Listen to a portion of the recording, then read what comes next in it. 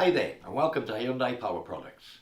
My name is Adrian and today we're going to look at this Hyundai HY2190 20-volt cordless chainsaw.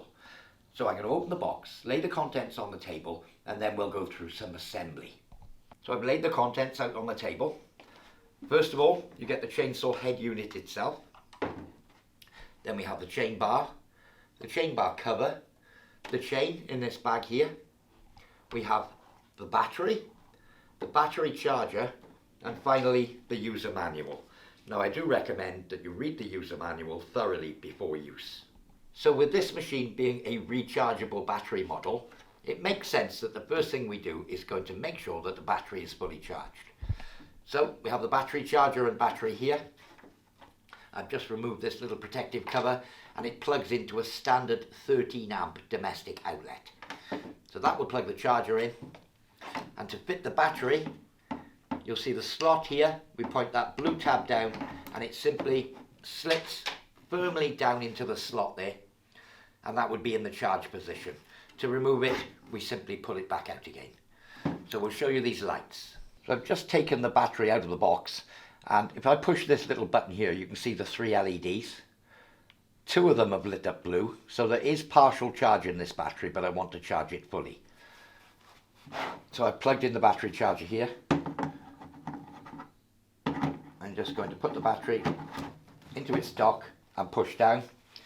And you can see here, flashing red light. That means the battery is charging. As you can see by the broken lines on this symbol, battery charging is a flashing red light. If we get a flashing green light, that will mean where if the battery is fully discharged and has been discharged quickly, the batteries can get quite warm. What the charger will do is wait for the battery to cool down before it starts charging. So if you see the flashing green light on its own, that means that the battery is over temperature. It will allow it to cool down first before charging. When you see the red light on solid and the green light on solid, the battery is charged. So as you can see, it's taking charge at the moment. Okay, if we don't see the green light, but we see a flashing red light only, that means there's a problem with the battery or the charger. So hopefully we never see that flashing red light without green. So flashing red light with the green means it's charging correctly. So moving forward now with the battery on charge or fully charged, we need to remove the chain cover here. Rotate this knob anti-clockwise and that's the chain cover removed. Now I'm just going to lay the machine on its back in this orientation here, and we'll go through the way the chain goes on. So with this chainsaw, it does have the easy chain tension system. What that does mean is this chain bar can only go on one way, and I'll just show you that. As you can see, I'm wearing gloves because I will be handling the chain very shortly. So it goes on in this orientation, okay? What I'm saying is that the metal bracket goes away from the machine. So in this orientation, okay? Now the other thing we need to do is get the chain in the correct orientation. So it's very important that the chain goes on the right way, and I do recommend wearing gloves when you're handling the chain because it will be very sharp. Okay, I've just put it the correct way round, but that said, let me just feed it in there to try and explain this clearly for you. So if we're going to put it on the chainsaw that way, you'll see these little silver coloured links, and the silver coloured links are the cutting teeth. Now there is a small arrow indicated, let me just take my gloves off to get closer, a little arrow here on the chain link. But as you can see, the shape of this link, it's got the long sloping face and then the curved face pointing towards the end of the blade. And this little symbol here shows exactly the same. So if I just pop my gloves back on, I'll just flip that chain over 180 degrees. So turn the chain over. And as you can see, if I put it this way round, that link is now facing the wrong way. So when you're putting them together, just keep an eye on that. If it's facing the wrong way, just flip the chain 180 degrees. Okay, and you'll see that link, let me just put it in the slot just to show you. You can see that link now replicates the little picture because the chain cuts in this direction. Okay, so that's the correct orientation for that. Now we need to offer this up to the machine itself. So as I showed a little bit earlier, I've fitted the chain into the groove in the chain bar all the way along, and it's the correct way round. Now I'm still wearing my gloves at this point.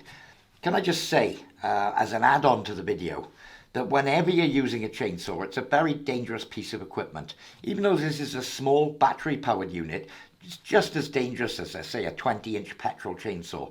So it's very important that it's only to be operated by trained personnel, and that you're wearing all the appropriate safety wear that's needed when using a chainsaw. Things can get out of hand very quickly with a chainsaw. So we've established that the chain is the correct way round. We know the bar goes on this way. I'm going to offer it up onto here. Now you'll see some grooves in this gear drive here. We just need to make sure that the chain sits down in those grooves. So as you can see, the chain is sat down on that pulley correctly now, and that chain bar should just sit there, located in a rough position, ready for me to refit the cover. So I'm going to refit the cover now. Back on, exactly the same orientation as I took it off. Just wind the hand wheel, just make sure I'm located, there we are. Just very loosely, just fingertips. So it's not tight in any way, shape or form. As you can see, everything's loose here. So, still loose as I said. I'm going to put the chainsaw the right way up now, and I'm going to sit it there with the end of the chain resting on this piece of wood. What that does is make sure that the chain, or the chain bar, is in the up position on its backlash. So just the end of the chain on that piece of wood. Now, as you can see, the chain is very slack in the bottom here at the moment.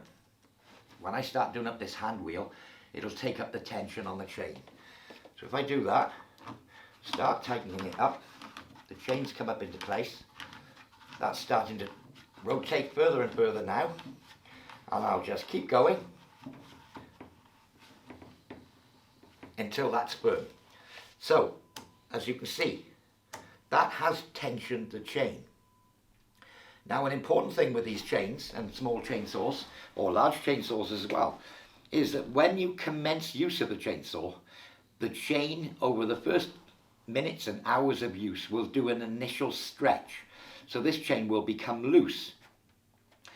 If the chain becomes loose, it's important that we retension the chain. So this was the initial tensioning. What I'll have to show you now is how to retension it should it become loose. But as you can see, I can lift it out and it'll snap back into the groove. That's correct. So you'll see on the top of the machine here, in fact I can take my gloves off now, the oil reservoir for the chain lubricating oil. So you simply unscrew the cap anti-clockwise, and we can pour chain lubricating oil in here. You can see the little sight glass, you can fill it to the full level. Once we've got that oil in there, we can refit the lid. Now it's important that you use proper chain lubricating oil, not engine oil or anything like that. Chain lubricating oil is a lot thicker. If you were to use engine oil, something like that, it's going to make an awful mess and a lot more oil is going to come out than is needed. So chain lubricating oil in there, refit the cap, and that lubricates the chain and the bar during use. So, double trigger mechanism. If I go to pull the trigger to start, nothing will happen. There's the safety interlock and another interlock for the trigger mechanism. Okay, this here is the safety brake. This is the most important thing. Whenever you're not using the machine or you've finished a cut, always push this forward away from the handle towards the chain. Okay, now that's an anti-kickback mechanism. So let me show just what would happen if you were cutting a piece of wood and it got snarled or kicked back. Typically the saw would kick up in the air like this, and the action of it rotating up away towards you would make your wrist put the automatic brake on. This cuts the power to the motor and the chain will stop. So I'm going to put the brake on and explain the trigger mechanism. So on the top here, you pull back this slider on the top. I've got no battery in the machine, and pull the trigger for it to run. So that machine would now be running. If I let go of the trigger, I would need to pull this back to enable it. Again, it won't work with the chain brake on or with the emergency brake. So for the machine to work, I'd have to switch the brake off by pulling it back, pull this trigger back, pull the trigger, and the chain will rotate. when I want to stop the machine, I'd let go of the trigger and always put that brake on. It stops you starting the machine. Maybe if you're carrying it around and you accidentally pull the trigger, would stop that blade rotating when you don't want it to. So very important to make full use of this brake here. So with my battery fully charged, I can now fit the battery to the machine. I've just put my brake on. It simply slides down in that slot and you push it down hard home to insert the battery. When you want to remove the battery, you push down on this blue tab here. That releases the lock and the battery can be removed. So to insert, push down firmly. To remove, push the lock, remove the battery. Okay. So I'm just going to demonstrate on the bench here, it in use just for a few seconds, just to go through those controls again. Okay, so my chain brake is on. I would expect when I pull the trigger, nothing to happen. Nothing at all. If I pull just the trigger, I can't pull it. I'm just going to run this for 2 seconds in a controlled environment here. I pull back and start the chainsaw. Okay, when I let go of the trigger, it stops. I'll demonstrate the brake as well. As you can see, stopped immediately. I pushed the brake. If I try and start it again, it won't start till I release the brake and go again. Okay, so I think I've gone through all the controls, a few of the safety do's and don'ts. There is a link on this video to a video showing the correct PPE as well. So I do suggest you look at that so you know what protection you should be wearing when using a chainsaw. Well, I do hope you found this demonstration useful. For more information on this or any of our other products, visit www.hyundaipowerproducts.co.uk. I've been Adrian and thank you for watching.